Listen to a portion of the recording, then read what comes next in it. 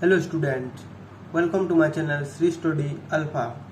Today we are going to discuss about materials, metals and non-metals. The first question is, which of the following can be beaten into thin sheets? Zinc, phosphorus, sulfur, oxygen. The material which can be beaten into this thin sheets is zinc. तो zinc इसका answer है. Number second है, देखो which of the following statement is correct. एक number पर दिया है all metals are ductile. B number दिया है all non metals are ductile. C number पर दिया है देखो generally metals are ductile. D number पर है some non metals are ductile. The correct statement is generally metals are ductile. उसके बाद नंबर 3 पर है filling the blanks. Phosphorus is a dash non metal. Answer है reactive non metal. Number B metals are dash conductors of heat and dash. Metals are good conductors of heat and electricity. C number पर है iron is dash reactive than copper. Iron is more reactive than copper. उसके बाद number D है metals react with acid to produce dash gas, hydrogen gas. उसके बाद है number 4 mark T if the statement is true and F if it is false. तो number A है देखो generally non metals react with acid, वो false होगा. B number sodium is a very reactive metal, वो true होगा. C number पर है copper displace zinc from zinc sulphate solution, वो फॉल्स है. उसके बाद है coal can be drawn into wires, वो भी फॉल्स है.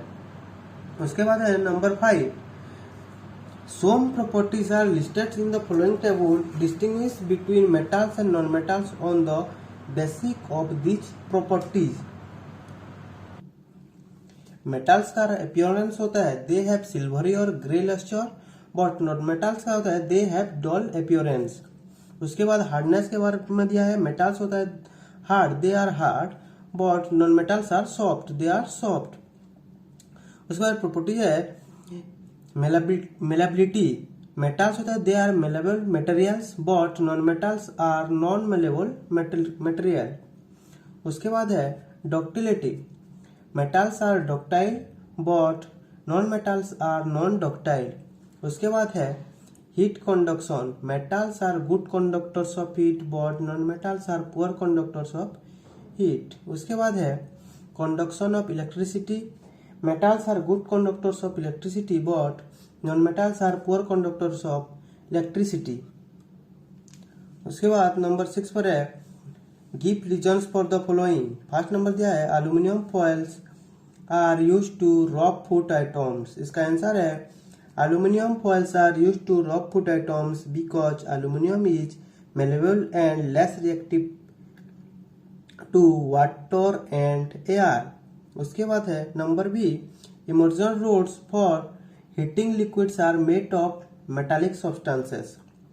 तो इसका आंसर है immersion rods used for heating liquids are made of metallic substance because metals are good conductors of heat and electricity. उसके बाद नंबर सी पर है copper can not displace zinc from its salt solution. इसका answer है only a more reactive metal can displace a less reactive metal from its solution. Copper is a reactive metal than zinc. Therefore, copper cannot displace zinc from its salt solution. उसके बाद number D पर देखो sodium and potassium are stored in kerosene. इसका reason है sodium and potassium are very reactive metals. They react vigorously with water to form oxide or hydroxide. Therefore, they are stored in kerosene oil. उसके बाद number 7 है can you store lemon pickle in an aluminium utensil. Explain. इसका answer है no, lemon pickle can not be store in an aluminium utensil because lemon contains citrus acid which react with aluminium to produce a salt of aluminium and hydrogen gas. This will spoil the food and make it unfit for eating. उसके बाद है number 8, match the substances given in column A with their uses given in column B. Gold use होता है jewellery में, iron use होता है machinery, aluminium wrapping food, carbon होता है fuel, copper electric wire and mercury thermometer में लगता है। पहला number what happens when, 9 number दिया है। A number dilute sulphuric acid is poured on a copper plate, और बी नंबर दिया है iron nails are placed in copper sulphate solution. तो ए नंबर का आंसर है देखो, when sulfuric acid is poured on a copper plate, copper reacts with the acid and produce copper sulfate and hydrogen gas। उसका react कैसे होता है देखो, copper plus sulphuric acid reacts with copper sulphate plus hydrogen gas. उसके बाद है number B, iron is a more reactive metal than copper, when iron nails are placed in the copper sulphate solution, iron displaces copper and forms iron sulfate. The reaction fades the blue color of the copper sulfate solution and a brown deposit of copper is seen at the bottom of the beaker। इसका react होता है iron plus copper sulphate react to iron sulphate plus copper. उसके बाद number 10 पर दिया है, Soloni took a piece of burning charcoal and collected the gas evolved in a test tube।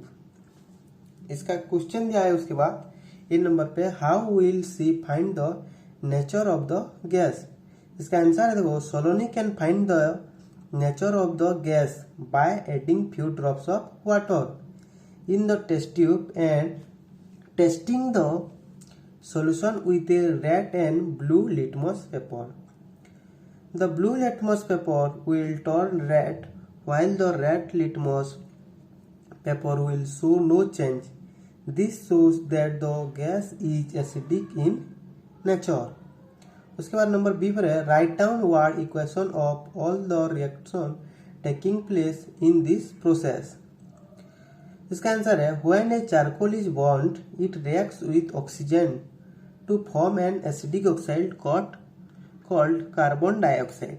उसका react होता है को, charcoal plus oxygen react to carbon dioxide. उसके बाद है, carbon dioxide release on burning charcoal reacts with water to form carbonic acid. इसका equation होता है, carbon dioxide plus water reacts to carbonic acid. Number 11 पर है, one day Rita went to a jeweller shop with her mother। Her mother gave an old gold jewelry to the goldsmith to polish। Next day, when they brought the jewelry back, they found that there was a slight loss in its weight। Can you suggest a reason for the loss in weight? इसका answer दिया देखो, jewellers usually use a strong acidic solution to polish the gold jewellery. When the gold is dipped in the acidic solution, it reacts with the acid। A small amount of the gold dissolved in the acid form the outer layer of the jewelry। Thus, there is a slight loss in the weight of the jewelry। उसके बाद हम थोड़ा objective type question देख लेते हैं जो extra है। तो पहला क्वेश्चन है, state whether the following statement are true or false. तो पहला नंबर देखो, non metals vigorously react with water, वो होता है फॉल्स। उसके बाद है, metal oxides are basic in nature, वो ट्रू होता है। उसके बाद है, phosphorus is a non metal which is stored in water, वो भी ट्रू होता है। उसके बाद है, hydrogen gas burns with a pop sound, वो भी ट्रू होता है। उसके बाद है, फिल इन द ब्लैंक्स। पहला नंबर दिया देखो, dash and dash are stored in kerosene oil, वो होता है sodium and potassium are stored in kerosene oil. उसके बाद है, iron reacts with oxygen to form dash, iron reacts with oxygen to form iron oxide. उसके बाद है, metals like gold and platinum do not even react with steam. These metals are called dash metal। These metals are called noble metals. उसके बाद short question दिया देखो, Why potassium is not stored in water? इसका answer है potassium is a reactive metal. It reacts violently with water at room temperature and catches fire. Hence, it is not stored in water but kept in the kerosene oil. B number पे है Why gold ornaments look new even after several years of use? इसका answer है gold is a non reactive metal. It does not tarnish. It is unaffected by air, water and acids. Those gold ornaments look new even after several years of use. उसके बाद fill in the blanks है. First number dash is a form of carbon used as gemstone. तो इसका answer है diamond is a form of carbon used as a gemstone. उसके बाद है food is wrapped in foils made of dash. Food is wrapped in foils made of aluminium. उसके बाद number third पर है dash is a non metal used in the purification of water. तो chlorine is a non metal used in the purification of water. उसके बाद है long answer type question, list two uses of metals and non metals.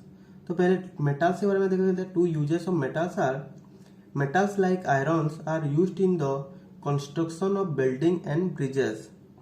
उसके बाद है metals like gold and platinum are used for making jewellery. Uses of two non metals are oxygen is essential for respiration in living beings. Second point है nitrogen is used to preserve food. It is a nutrient required by the plants to grow. Thank you.